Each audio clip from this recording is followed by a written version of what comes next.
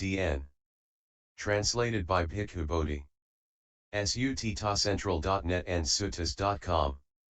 DN 13 Tevijja Sutta. The Threefold Knowledge. The Way to Brahma. Thus have I heard. Once Buddha was touring Kosala with 500 monks. He came to the Brahmin village called Manasakata and stayed in the mango grove, on the bank of the river Asiravati. During that time, there were a few well-known famous and rich Brahmins including Kanki, Tarukha, Pakharasati, Janasoni, and Todiya. Brahmins Virginia Se. Ha and Bha. Radva. Ja were strolling down the road when they argued on the subject on which was the true path, and which was the false path. The young Brahmin Virginia Se.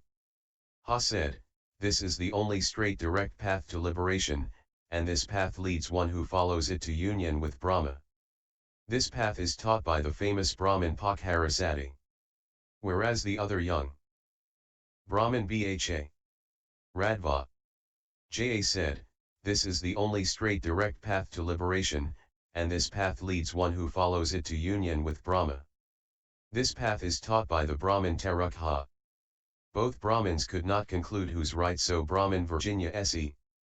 Ha suggested to go to ascetic Gautama, Buddha, who is reputable, to ask for an answer and see who's right. After paying homage to the Buddha, they sat down to one side and they asked Buddha which path taught by their teachers is the right path to liberation and union with Brahma. Then Buddha asked them, "So Vessamitta, you say the right path is taught by Brahmin Pakharasati and Bha. Radva. Ja, you say that the right path is taught by the Brahmin Tarukha. So what is the quarrel, dispute, difference of opinion between you two?" Vessamitta, Reverend Gautama, there are so many Brahmins like Adharya, Titariya, Chandaka, Chandava, Bhavayaraja who all teach various different paths. Do the paths taught by them lead to union with Brahma, path to enlightenment? Just like there are various paths leading to a village/town, do all these all meet together at the same place? Buddha then asked them if their Brahmin teachers, the teachers of their Brahmin teachers and the Brahmins' ancestors 7 generations have seen Brahma face to face. Both replied no. Then Buddha asked if those ancient sages that were well learned in the 3 Vedas, those who can expound the mantras such as the Brahmins like Atthaka, Vamaka, Vamadeva, Vessamitta, Yamataggi, Angirasa, Bha. Radva. Ja. Virginia Se. Ha, Kassapa, and Bhagu, have they ever say things like "we know, we can see when, how, and where Brahma appears"? The 2 Brahmins replied no again. Then Buddha concluded for them that none of the Brahmins, nor their teachers, nor their pupils, even up to the 7th generations earlier, has ever seen Brahma face to face.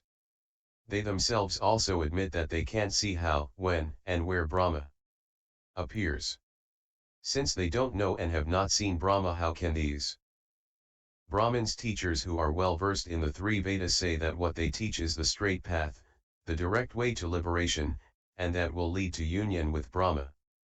It's like teaching something that they themselves are unsure of. Then isn't the claims of their teachings on that's the only straight path unfounded and unjustifiable? Buddha, Vessamitta, just like a line of blind men are clinging one to the other, neither can the foremost see, nor can the middle one see, nor can the hindmost see. So isn't the talk of the Brahmins well versed in the 3 Vedas just blind talk, since all of them are teaching things they have not seen or experienced themselves? The talk of these Brahmins versed in the 3 Vedas turns out to be ridiculous, mere words, a vain and empty thing. Buddha gave another example. Vessamitta, can these Brahmins well learned in the 3 Vedas see the sun and moon, sing praises and worship them with clasped hands like any other people? Vessamitta, yes they can, Reverend Gautama. Buddha, then can these Brahmins point out the way to union with the sun and moon by saying is the only straight path? Vessamitta, no. Buddha, so Vessamitta, These Brahmins who can see the sun and moon can't even point out the path to the sun and moon, then how can they point out the only straight path to something they have not seen before, like the Brahma? Doesn't this declaration of the only straight path they taught sounds ill-founded? Vessamitta, yes indeed, Reverend Gautama. Buddha gave another example of how a man longed for the most beautiful woman in the land. Then the people around him will ask him, "Do you know whether she is a noble Khattiya lady, or Brahmin rank, or of the trader class, or of artisan class? Do you know what her name is, or her family name? Do you know whether she is tall, or short, or of medium height? Do you know if she is dark or fair or golden in color? Do you know which village, or town, or city she dwells in?" The man would have answered no to all the above questions because he is yearning for someone he doesn't know and has never seen before. Hence, don't you think, Vessamitta, that these talk of this man turn out to be witless? Similarly, for those Brahmins who taught of the path they have not seen, don't you think that their talk is witless too? Vessamitta agreed. Buddha gave another example. If a man were to build a staircase for a palace at a crossroad, people will ask him which direction the staircase should face, do he know the height and size of the staircase? He would have to answer, no. Then the people around him will ask, why is he making a staircase that he does not know of and has not seen before? So in such a case, Buddha reaffirmed to Vessamitta that the talk of the man making a staircase that he has no idea of is actually witless talk. Similarly, like those Brahmins who teach a path they do not know and have not seen before, that teaching cannot possibly be right. Vessamitta agreed with the Buddha. Buddha gave another example. If this river Asiravati which were filled to the brim with water, then a man who wished to get to the other bank come along called out to the other bank to join with the side he is on so that he can cross over. Do you think the banks of river Asiravati will join up due to the man's begging and praying? Vessamitta, no, it wouldn't. Buddha, similarly these Brahmins versed in the three Vedas but they do not practice the real qualities a Brahmin should have. They pray and say, we call upon Indra, Soma, Varuna, Isana, Pajapati, Brahma, Mahidhi and Yama to be united with the Brahma upon death. Do you think these Brahmins who do not practice like what a Brahmin should behave will be united with Brahma upon death just by their invoking and praying, hoping and praising? Such a thing is impossible. Buddha, if a man on this bank but he was tightly bound with his arms behind his back by a strong chain. Now what do you think, Virginia S.E.? Would that man be able to get over from this bank of the river Asiravati to the further bank? Virginia S.E. No, Reverend Gautama. Buddha, similarly there are 5 strands of sense desires called bonds and fetters. They are pleasurable forms seen by the eye, nice sounds heard by the ears, arousing smells smelled by the nose, attractive tastes savored by the tongue and desirable contacts felt by the body, which gives rise to desires for these sensual pleasures. And the Brahmins are overindulged in these sensual desires, bonds and fetters, that they are unaware of their dangers and knowing no way out. The Brahmins versed in the 3 Vedas, but not practicing the true qualities which really make them a Brahmin, they cling and are infatuated with these 5 strands of sense desire, enjoying them. Then it is not possible that after death these Brahmins will become united with Brahma, path to enlightenment. Buddha, again, if a man on this bank wish to cross the river Asiravati but instead he covers himself with shawl and goes to sleep. Now what do you think, Virginia S.E.? Would that man be able to get over from this bank of the river Asiravati to the further bank? Virginia S.E. No, Reverend Gautama. Buddha, and in the same way, Virginia S.E.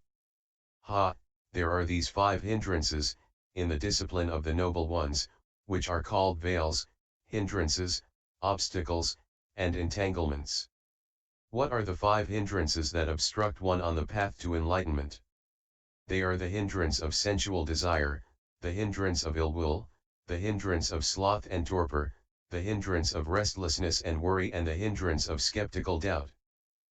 The Brahmins versed in the 3 Vedas, but not practicing the true qualities which really make them a Brahmin, they are veiled, hindered, obstructed, and entangled by these 5 hindrances.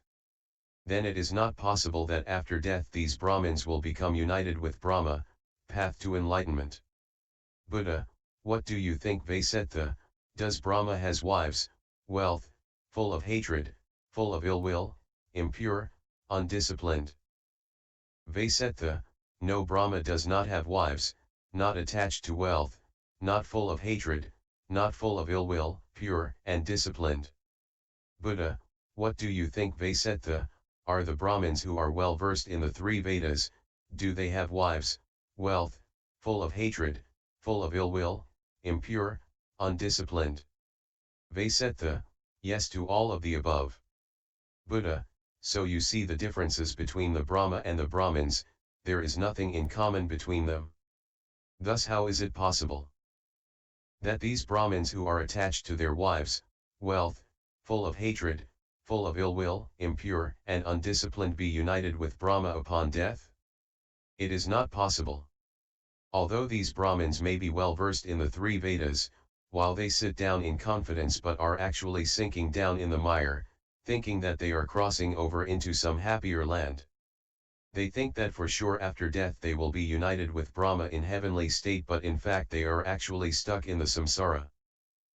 In conclusion, the threefold knowledge of the Brahmins is called a threefold desert, a threefold wilderness, a pathless jungle, a threefold destruction. The path they taught is not the path leading to liberation, it is the fruitless path. Vessamitta, I have heard, Reverend Gautama, that you know the way to the state of union with Brahma. The path to liberation, Nibbana. Buddha, Virginia S.E. Ha, suppose there were a man born and lived his whole life in Manasakata, and if people were to ask him which was the way to Manasakata, would that man have any doubt or difficulty in answering that question? Vessamitta, certainly not, Gautama. Since that man had been born and brought up in Manasakata, every road that leads to Manasakata would be perfectly familiar to him. Buddha, the Tathagata, when asked about the path which leads to the world of Brahma, has neither doubt nor difficulty. Because I know Brahma and the world of Brahma, and the path which leads to it. Yes, I know it just as one who has entered the Brahma world, and has been born within it. Vessamitta, excellent. I have heard that Reverend Gautama knows the path that leads to union with Brahma, the path to enlightenment. May Reverend Gautama help the Brahmins and teach them the right path. Buddha, a Tathagata arises in the world, an arahant, fully enlightened Buddha, he has realized the 4 noble truths and discovered the noble eightfold path by himself, endowed with wisdom and conduct, welfarer, knower of the worlds, he knows the arising, the cessation and the means to the cessation of the worlds, incomparable trainer of men to be tamed, he surpasses in terms of virtue, knowledge, concentration, deliverance, and understanding, teacher of gods and humans, enlightened and blessed. He, having realized it by his own super-knowledge, preaches the Dhamma, which is lovely in its beginning, lovely in its middle, lovely in its ending, in the spirit and in the letter, and displays the fully perfected and purified holy life. Buddha, the disciples of Tathagata goes forth into the ascetic life, practices the moralities, guards his senses doors and attains deep meditative jhana states and develops insight wisdom. The disciples realized the 4 noble truths and understood the noble eightfold path. The disciples are then released from the corruption of sensual desires, the corruption of becoming, the corruption of ignorance. With these releases, he gains the knowledge and wisdom. Rebirth has ended, the holy life has been fulfilled, the task is done. There is nothing further for this world and he will be released from the cycle of samsara. With the heart filled with loving kindness, compassion, sympathetic joy and equanimity, the 4 sublime abodes, he has no hatred and no ill will. He leaves nothing untouched, nothing unaffected in the sensuous sphere. This is the way to the union with Brahma. Buddha, what do you think, Vessamitta? Is a monk trained and disciplined like this? Do they have wives, wealth, are they full of hatred, full of ill will, impure, undisciplined. Vessamitta, no, such a trained monk is pure, disciplined, does not have wives, does not possess wealth, is not full of hatred or ill will. Buddha, then does such a disciplined and well-trained monk behave similarly as the Brahma? Vessamitta, yes indeed, Reverend Gautama. Buddha, hence such a pure, disciplined and well-trained monk who is without hatred and ill will, after death can be united with the Brahma. That is possible. After listening to the discourse given by Buddha, the young Brahmins Virginia Se. Ha and Bha. Radva. Ja said, "Magnificent, blessed one. Magnificent. It's just as if one were to turn upright what had been turned upside down, or to reveal what was hidden, or to point out the right path to one who was lost, or to bring a lamp into a dark place so that those with sight could see forms. In the same way, Lord, the Blessed One has expounded the Dhamma in numerous ways. I shall go to the Buddha, to the Dhamma, and to the Sangha for refuge. May the Blessed One accept us as a lay follower gone for refuge from this day onward for as long as I live." In other words, if one does not have good moral conduct, sila, one is not a good role model, then the teachings taught cannot be true. Only if one guards their senses, have good moral conduct, sila, is a good role model who knows the truth, then what he teaches is the true path, the path to liberation. By WHH. References.